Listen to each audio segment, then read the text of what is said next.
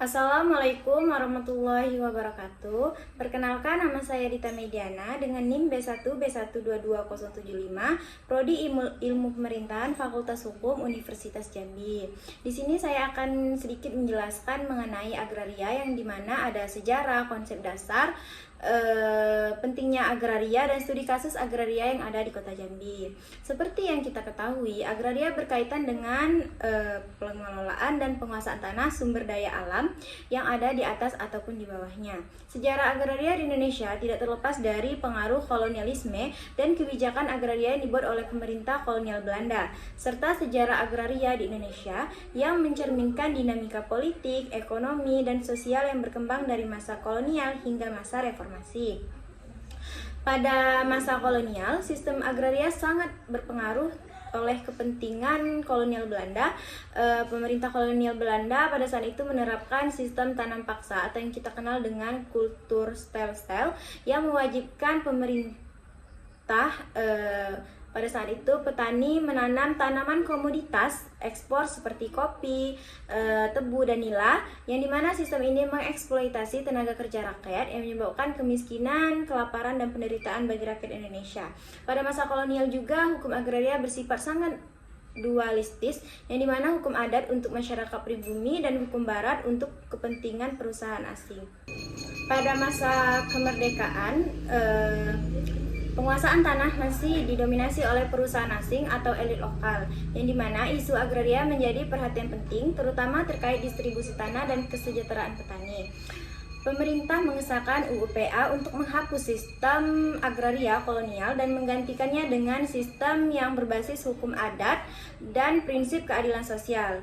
UU PA bertujuan melakukan reforma agraria, termasuk distribusi tanah dan kepada petani kecil. Selanjutnya, pelaksanaan reforma agraria terhambat oleh kurangnya dukungan politik, konflik kepentingan, dan resistensi dari tuan tanah. Pada masa Orde Baru sekitar tahun 1966 sampai 1998, kebijakan agraria didominasi oleh pembangunan ekonomi yang berorientasi pada investasi untuk mendukung industrialisasi. Banyak lahan yang dikuasai oleh korporasi besar melalui hak guna usaha atau yang kita kenal dengan HGU. Pemerintah lebih mendahulukan kepentingan investor asing dan domestik di sektor perkebunan, kehutanan, dan pertambangan. Banyak tanah adat dialihkan untuk proyek-proyek besar yang menyebabkan konflik agraria terjadi. Petani kecil sering kali kehilangan akses terhadap tanah mereka karena pemerintah lebih memprioritaskan kepentingan perusahaan besar. Reforma agraria yang dicanangkan pada masa sebelumnya hampir tidak berjalan, dan ketimpangan penguasaan tanah yang semakin meningkat. Pada masa reformasi dari tahun 1998 sampai dengan sekarang, reformasi membawa harapan baru untuk penyelesaian masalah agraria. Munculnya tuntutan untuk melaksanakan reforma agraria yang sejati, mengingat banyak ketimpangan penguasaan tanah yang semakin meningkat dan semakin parah. Pemerintah mulai menghidupkan kembali agenda reforma agraria nasional dengan redistribusi tanah dan pengakuan hak masyarakat adat. Meski ada komitmen politik, konflik agraria masih sering terjadi, terutama antara masyarakat adat dan perusahaan besar di sektor perkebunan, kehutanan, dan tambang. Pemerintah mengeluarkan berbagai kebijakan untuk mempercepat redistribusi tanah, seperti program tanah objek reforma agraria atau yang dikenal dengan TORA, dan penguatan pengakuan tanah adat. Selanjutnya ada konsep dasar agraria, yang mana pertama itu ada tanah dan hak atas tanah. Tanah adalah komponen agraria. Hak atas tanah meliputi hak milik, hak guna atau HGU, hak guna bangunan atau HGB, dan hak pakai. Yang kedua itu ada penguasaan tanah, yang merujuk pada siapa yang memiliki atau mengelola lahan tersebut, baik individu, kelompok, perusahaan, ataupun negara. Yang ketiga itu ketimpangan agraria, yang dimana ketidakadilan dalam penguasaan lahan yang tercermin dari konsentrasi lahan di tangan segelintir pihak atau korporasi besar, sementara masih banyak petani kecil tidak memiliki lahan. Yang keempat itu reforma agraria. Ini merupakan proses penataan kembali struktur penguasaan, kepemilikan, penggunaan, dan pemanfaatan sumber daya agraria yang lebih adil. Selanjutnya, pentingnya reforma agraria. Reforma agraria itu bertujuan untuk mengurangi ketimpangan penguasaan tanah dan meningkatkan kesejahteraan rakyat, khususnya bagi petani kecil dengan beberapa alasan. Yang pertama itu untuk pengentasan kemiskinan, di mana memberikan akses kepada rakyat miskin, terutama petani, untuk memiliki tanah. Tanah dapat dimanfaatkan untuk kegiatan produktif seperti pertanian, peternakan, atau usaha kecil. Yang kedua itu meningkatkan kesejahteraan petani. Petani yang memiliki lahan cenderung lebih produktif dan mandiri secara ekonomi. Yang ketiga itu mengurangi konflik agraria. Konflik tanah antara perusahaan dan masyarakat adat seringkali terjadi akibat ketidakjelasan status penguasaan tanah. Reforma agraria yang dapat mengurangi konflik ini. Yang ketiga itu untuk keadilan sosial, yang dimana ini merupakan landasan utama reforma agraria adalah keadilan sosial, di mana penguasaan lahan tidak hanya dikuasai oleh segelintir orang ataupun korporasi, tetapi untuk semua orang. Selanjutnya ada dampak reforma agraria terhadap masyarakat. Yang pertama itu dampak secara ekonomi.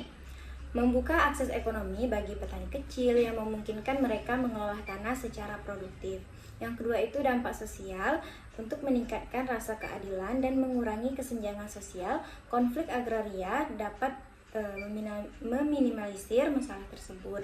Yang ketiga itu untuk dampak lingkungan. Jika dikelola dengan baik, reforma agraria dapat mendorong praktik pertanian berkelanjutan dan ramah lingkungan. Sebaliknya, pengelolaan yang buruk bisa menyebabkan kerusakan hutan dan ekosistem. Nah, selanjutnya itu untuk studi kasus agraria di Kota Jambi, saya mengambil studi kasus yang ada di Tanyap Timur, yaitu konflik agraria antara Petrocina dan masyarakat di Tanjung Jabung Timur, khususnya di Blok D, di mana banyak penanaman lubang pipa minyak tanpa izin yang berakar pada ketegangan mengenai pengelolaan tanah dan dampak operasi perusahaan terhadap masyarakat lokal. Petrocina di sini sebagai kontraktor kontrak kerjasama atau KKKS yang mengelola Blok D Tanjung Jabung Timur, yang sering dikritik karena dianggap kurang memberikan kontribusi nyata bagi kesejahteraan masyarakat setempat. Masalah ini mencakup klaim bahwa masyarakat kehilangan akses terhadap tanah atau tidak produktif akibat aktivitas perusahaan.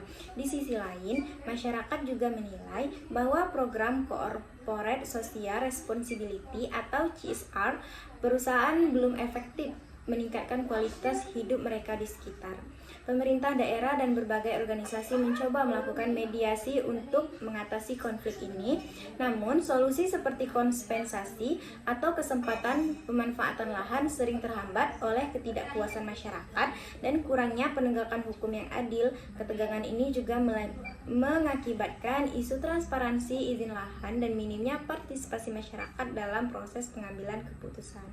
Nah, selanjutnya itu untuk studi kasus agraria di Kota Jambi, saya mengambil studi kasus yang ada di Tanyap Timur, yaitu konflik agraria antara Petrocina dan masyarakat di Tanjung Jabung Timur, khususnya di Blok D, di mana banyak penanaman lubang pipa minyak tanpa izin yang berakar pada ketegangan mengenai pengelolaan tanah dan dampak operasi perusahaan terhadap masyarakat lokal. Petrocina di sini sebagai kontraktor kontrak kerjasama atau KKKS yang mengelola Blok D Tanjung Jabung Timur, yang sering dikritik karena dianggap kurang memberikan kontribusi nyata bagi kesejahteraan masyarakat setempat. Masalah ini mencakup klaim bahwa masyarakat kehilangan akses terhadap tanah atau tidak produktif akibat aktivitas perusahaan. Di sisi lain, masyarakat juga menilai bahwa program Corporate Social Responsibility atau CSR perusahaan belum efektif meningkatkan kualitas hidup mereka di sekitar. Pemerintah daerah dan berbagai organisasi mencoba melakukan mediasi untuk mengatasi konflik ini. Namun, solusi seperti kompensasi atau kesempatan pemanfaatan lahan sering terhambat oleh ketidakpuasan masyarakat dan kurangnya penegakan hukum yang adil. Ketegangan ini juga mengakibatkan isu transparansi izin lahan dan minimnya partisipasi masyarakat dalam proses pengambilan keputusan. Selanjutnya ini kesimpulan dari semua penjelasan saya dari tadi. Sejarah agraria Indonesia diwarnai oleh ketimpangan penguasaan lahan. Reforma agraria diperlukan untuk menciptakan keadilan sosial dan mengurangi konflik. Kasus-kasus agraria di Jambi seperti konflik PTWKS dan perkebunan kelapa sawit dan juga konflik yang saya sebutkan tadi menunjukkan betapa pentingnya pengakuan hak atas tanah, adat, dan redistribusi lahan. Upaya mediasi dan redistribusi tanah kepada petani dan masyarakat adat harus diprioritaskan dalam kebijakan nasional. Sekian, terima kasih. Saya ucapkan wassalamualaikum warahmatullahi wabarakatuh.